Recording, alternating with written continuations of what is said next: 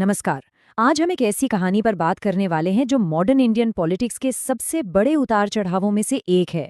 एक ऐसे नेता की कहानी जिनका नाम ही अब एक जबरदस्त वापसी का, एक कमबैक का प्रतीक बन गया है। चलिए इस कहानी को थोड़ा और समझते हैं। देखिए, राहुल गांधी की जो पब्लिक इमेज है ना, उसमें एक बहुत बड़ा कॉन्ट्राडिक्शन है। जरा सोचिए, एक तरफ तो वो थे जिन्हें सालों तक मीम्स का निशाना बनाया गया, पप्पू, शहजादा जैसे नाम दिए गए, और दूसरी तरफ आज वही नेता विपक्ष का सबसे बड़ा चेहरा बनकर खड़ा है, जो देश का पॉलिटिकल एजेंडा सेट कर रहा है। तो सबसे बड़ा सवाल यही उठता है कि आखिर ये बदलाव हुआ कैसे? कैसे एक शख्स जो एक तरह से नेशनल जोक बन चुका था, उसने अपनी पूरी इमेज को बदला और पॉलिटिक्स के सेंटर स्टेज पर इतनी मजबूती से वापसी की? आइए इस पूरी जर्नी को समझते हैं। तो इस कहानी की जड़ें उनके शुरुआती जीवन में हैं। एक ऐसी दुनिया जो उनके परिवार की बेहिसाब राजनैतिक ताकत और उसके साथ आई भयानक त्रासदियों से बनी थी। उस परिवार में पैदा होना जिसने देश पर राज किया, अपने आप में एक दोधारी तलवार जैसा था। उनके बचपन पर दो बहुत बड़ी त्रासदियों का साया रहा। 1984 में जब वो सिर्फ 14 साल के थे, उनकी दादी और देश की प्रधानमंत्री इंदिरा गांधी की हत्या कर दी गई। और फिर ठीक 7 साल बाद 1991 में उनके पिता पूर्व प्रधानमंत्री राजीव गांधी की भी हत्या हो गई। इन दो घटनाओं ने उनकी पूरी दुनिया ही बदल कर रख दी। इन हादसों का नतीजा ये हुआ कि उनकी नॉर्मल जिंदगी एक तरह से खत्म हो गई। सिक्योरिटी इतनी ज्यादा थी कि उन्हें घर पर ही पढ़ना पड़ा, और बाद में जब वो पढ़ाई के लिए विदेश गए तो उन्हें अपनी पहचान छिपाकर राहुल विंची के नाम से रहना पड़ा। और कहा तो ये भी जाता है कि राहुल गांधी को शुरू में पॉलिटिक्स में कोई दिलचस्पी ही नहीं थी। वो लंदन में एक मैनेजमेंट कंसल्टिंग फर्म में काम कर रहे थे, एक कॉर्पोरेट करियर चाहते थे।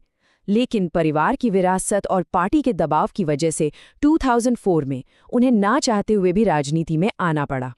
चलिए अब कहानी के उस दौर में चलते हैं जहां से उनका पॉलिटिकल डाउनफॉल शुरू हुआ।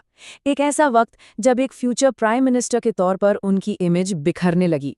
और ये गिरावट बहुत तेजी से आई।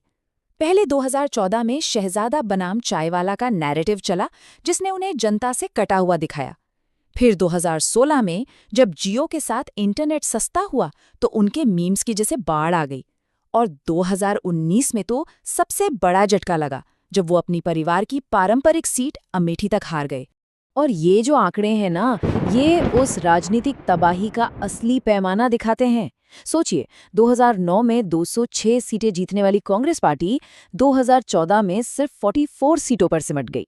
2019 में थोड़ा सुधरकर 52 तक पहुंची, लेकिन ये उस पार्टी के लिए एक बहुत ही बुरा दौर था।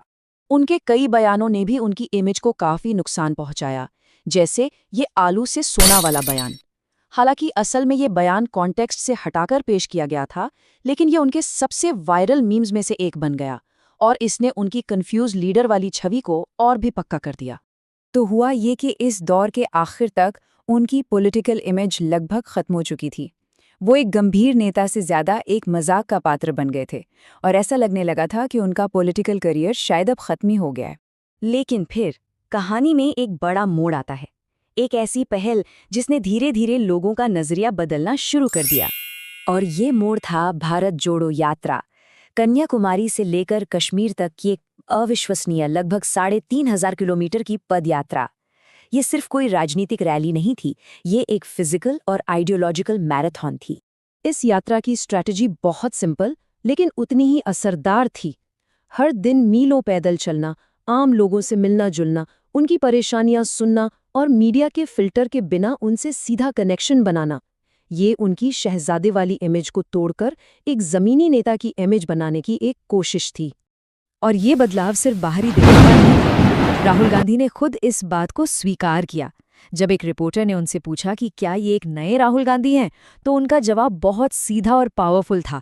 उन्होंने कहा, वो राहुल गांधी मर चुका है। ये इस बात का सबसे बड़ा सबूत था कि वो खुद को पूरी तरह से बदलना चाहते थे। तो चलिए अब बात करते हैं इस पूरे ट्रांसफॉर्मेशन के नतीजों की।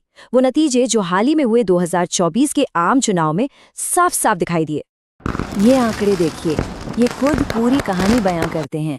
2019 में जहां कांग्रेस सिर्फ 52 सीटों पर थी, वहीं 2024 में ये आंकड़ा लगभग दुगना होकर 99 पर पहुंच गया। ये एक ऐसी शानदार वापसी थी जिसने कई पॉलिटिकल एक्सपर्ट्स को भी हैरान कर दिया। लेकिन इन आंकड़ों से भी बड़ी एक जीत थी, एक सिंबॉलिक जीत, और वो थी अमेठी सीट की वापसी। वही सीट जिसे राहुल गांधी 2019 में हार गए थे, उसे कांग्रेस ने वापस जीत लिया। ये उनके पॉलिटिकल फॉर्च्यून के बदलने का सबसे बड़ा संकेत था। इस वापसी के साथ साथ उनकी राजनीति का अंदाज भी पूरी तरह बदल गया है। अब वो डिफेंसिव नहीं बल्कि काफी आक्रामक हैं। वो क्रोनी कैपिटलिज्म, शेयर बाजार में गड़बड़ी और चुनावी प्रक्रिया की पारदर्शिता जैसे मुद्दों पर सीधे सरकार पर अटैक करते हैं और विपक्ष का एजेंडा सेट कर रहे हैं। तो इन सब के बाद हम इस कहानी के अंत में कहाँ पहुँचते हैं? सच तो ये है कि ये एक ऐसी कहानी है जिसका आखिरी चैप्टर अभी लिखा जाना बाकी है। उनका जो सफ़र रहा है वो वाकई में अविश्वसनीय है। एक ऐसे व्यक्ति से जिसे राजनीति के लिए अनफिट मानकर लगभग खारिज कर दिया गया था, आज वो संसद में विपक्ष के आधिकारिक नेता हैं। ये सिर्फ एक इंसान की वापसी नहीं है, ये इंडियन पॉलिटिक्स में एक बड़े बदलाव का भी संकेत हो सकता है। तो अंत में सवाल यही रह जाता है, गिरावट की कहानी हम सबने देखी, वापसी की कहानी अभी चल रही है, लेकिन क्या ये सिर्फ एक नेता की पर्सनल जीत है या ये भारतीय राजनीति में एक नए चैप्टर की शुरुआत है? खैर, इसका जवाब तो आने वाला वक्त ही देगा। हमारे साथ इस पड़ताल में शामिल होने के लिए शुक्रिया।